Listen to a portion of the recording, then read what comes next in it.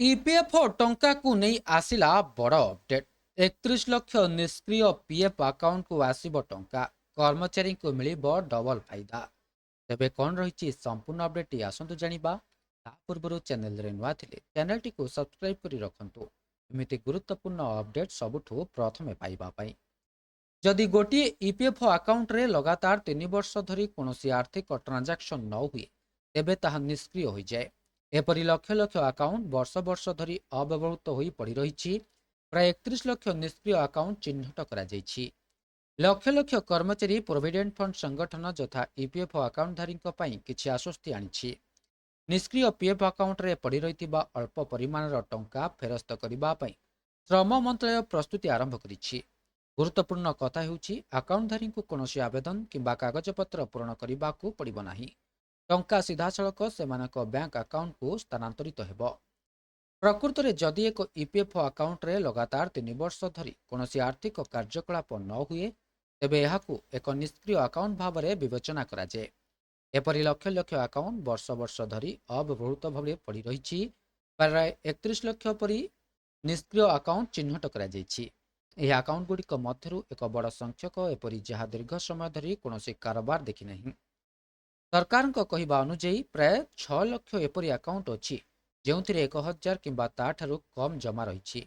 ଏହି ଆକାଉଣ୍ଟଗୁଡ଼ିକରେ ଜମା ହୋଇଥିବା ପାଣ୍ଠି କୌଣସି ଆବେଦନ ବିନା ସିଧାସଳଖ ସମ୍ପୃକ୍ତ ବ୍ୟାଙ୍କ ଆକାଉଣ୍ଟକୁ ସ୍ଥାନାନ୍ତରିତ ହେବ।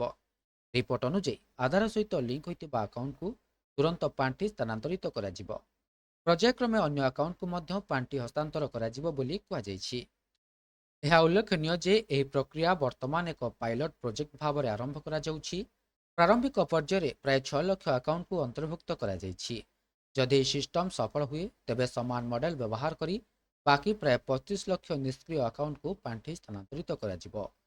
ଏହି ସମୟରେ ପ୍ରାୟ 31,86,000 ନିଷ୍କ୍ରିୟ ଆକାଉଣ୍ଟରେ ପ୍ରାୟ 10,903 କୋଟି ଟଙ୍କା ପଡ଼ି ରହିଛି। ଏହା ବ୍ୟତୀତ 1,000 ଟଙ୍କା ପର୍ଯ୍ୟନ୍ତ ବାଲାନ୍ସ ଥିବା ଆକାଉଣ୍ଟରେ ମୋଟ 30.52 କୋଟି ଟଙ୍କା ପଡ଼ି ରହିଛି।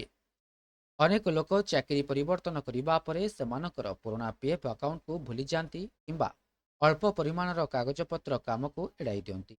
ଏହି ସରକାରଙ୍କ ପଦକ୍ଷେପର ଲକ୍ଷ୍ୟ ହେଉଛି ବର୍ଷ ବର୍ଷ ଧରି ଫସି ରହିଥିବା ପାଣ୍ଠିକୁ ସିଧାସଳଖ ହିତାଧିକାରୀଙ୍କ ନିକଟକୁ ହସ୍ତାନ୍ତର କରିବା। ଏହି ପ୍ରକ୍ରିୟା ଅନୁଯାୟୀ ଆକାଉଣ୍ଟଧାରୀଙ୍କୁ ଇପିଏଫ୍ଓ କାର୍ଯ୍ୟାଳୟକୁ ଯିବାକୁ କିମ୍ବା ଫର୍ମ ପୂରଣ କରିବାକୁ ପଡ଼ିବ ନାହିଁ। ଯାଞ୍ଚ ପରେ ବିଭାଗ ସ୍ୱୟଂଚାଳିତ ଭାବରେ ସେମାନଙ୍କ ବ୍ୟାଙ୍କ ଆକାଉଣ୍ଟକୁ ପାଣ୍ଠି ହସ୍ତାନ୍ତର କରିବ।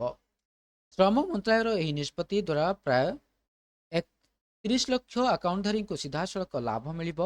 ବର୍ଷ ବର୍ଷ ଧରି ନିଷ୍କ୍ରିୟ ଥିବା ଆକାଉଣ୍ଟରୁ ପାଣ୍ଠି ଏବେ ସହଜରେ ସେମାନଙ୍କ ବ୍ୟାଙ୍କ ଆକାଉଣ୍ଟକୁ ସ୍ଥାନାନ୍ତରିତ କରାଯିବ। ତେବେ ଏହା ଥିଲା ସମ୍ପୂର୍ଣ୍ଣ ଅପଡେଟ୍ଟି। ଭିଡ଼ିଓଟି ଭଲ ଲାଗିଥିଲେ ଭିଡ଼ିଓଟିକୁ ଲାଇକ୍ କରନ୍ତୁ, ସେୟାର କରନ୍ତୁ ଏବଂ ଚ୍ୟାନେଲଟିକୁ ସବସ୍କ୍ରାଇବ୍ କରିବା ପାଇଁ ଭୁଲନ୍ତୁ ନାହିଁ।